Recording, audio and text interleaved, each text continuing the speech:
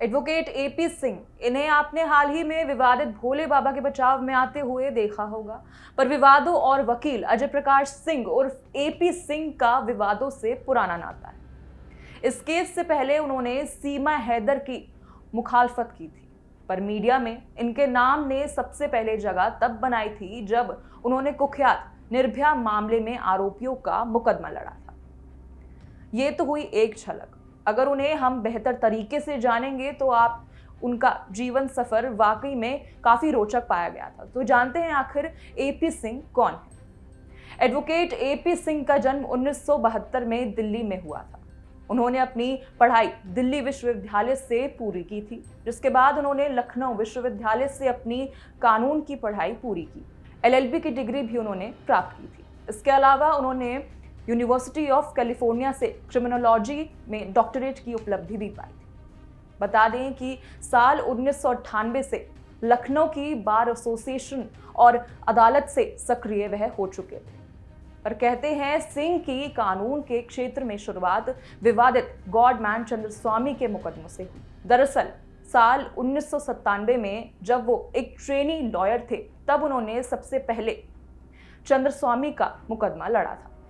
चंद्रस्वामी जो कई घोटालों में शामिल होने के बावजूद ब्रुनई के सुल्तान, अभिनेत्री एलिजाबेथ टेलर, पूर्व ब्रिटिश प्रधानमंत्री मार्गरेट थैचर और माफिया सरगना दाऊद इब्राहिम जैसे हाई प्रोफाइल व्यक्तियों को सलाह देते थे। इसके अलावा जैन आयोग की जांच में चंद्रस्वामी पर राजीव गांधी की हत्या में शामिल होने का भी आरोप लगाया गया था। इसके अलावा सिंह कई हाई प्रोफाइल केसेस में भी शामिल रहे, जैसे कि 2024 के बरवाला कांड मामले में, जिसमें तत्वदर्शी संत जगत गुरु रामपाल जी महाराज के आश्रम को जला दिया गया था और उनके 6 शिष्यों की हत्या कर दी गई थी। सिंह ने आश्रम के लिए मुकदमा लड़ा था। इसके अलावा उन्होंने यूपी के शाहजहांपुर के योगेंद्र हत्याकांड में भी आरोपियों का बचाव किया, पर 2012 के कुख्यात निर्भया कांड के बाद उन्हें वो स्पॉटलाइट दी गई। सिंह ने 16 दिसंबर सामूहिक बलात्कार के आरोपियों के लिए लंबी लड़ाई लड़ी। इस मामले में उन्होंने कई ऐसे बयान दिए जिन्हें बेहद ही विवादित और पूरे के पूरे न्याय प्रणाली को शर्मसार कर दिया था। सिंह ने मीडिया से बात करते हुए कहा कि अगर मेरी बेटी या बहन विवाह से पहले किसी के साथ रिश्ते में है तो ऐसी लड़की को मैं मार दूंगा। एपी सिंह ने बलात्कारियों को बचाने के लिए एड़ी चोटी का जोर लगा दिया, लेकिन 7 साल तक चल रही इस लंबी लड़ाई के बाद दोषियों की मौत की सजा सुनाई गई थी। इसके अलावा उन्होंने स्वामी चिन्मयानंद सरस्वती पर लगे रेप के आरोपों के खिलाफ इलाहाबाद हाईकोर्ट में पेश हुए थे, जिसके बाद उन्होंने मिनिस्ट्री फॉर मेन बनाने की मांग की।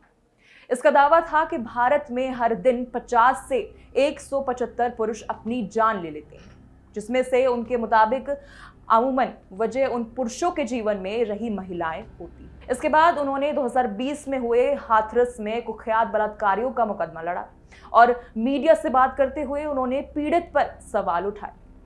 यहां तक ये भी कह दिया कि लड़की खुद इस हादसे के लिए जिम्मेदार थी और साथ ही वकील एपी सिंह पाकिस्तान से नेपाल के रास्ते अवैध रूप से भारत में प्रवेश करने वाली सीमा हैदर के मामले में भी शामिल थे। उन्होंने न सिर्फ सीमा को अपनी बहन बताया, बल्कि राष्ट्रपति से सीमा को भारतीय नागरिकता देने की भी अपील की थी। हाल ही में उन्होंने हाथरस कांड में भोले बाबा का बचाव करते हुए कहा कि वो नहीं बल्कि कथित एंटी सोशल एलिमेंट्स इस भगदड़ के जिम्मेदार थे। अंग्रेजी में कहावत है, love him, hate him, but you can't ignore him. और शायद ये वकील एपी सिंह के लिए सटीक बैठती है, क्योंकि चाहे आपको उनके विचारों से उनके बयानों पर एतराज हो, आप चाहकर भी उसे दरकिनार नहीं कर सकते। अभी फिलहाल इस वीडियो में सिर्फ इतना ही। और लीगल खबरों को जानने के लिए आप हमारे चैनल को लाइक, शेयर और सब्सक्राइब जरूर करें। धन्यवाद।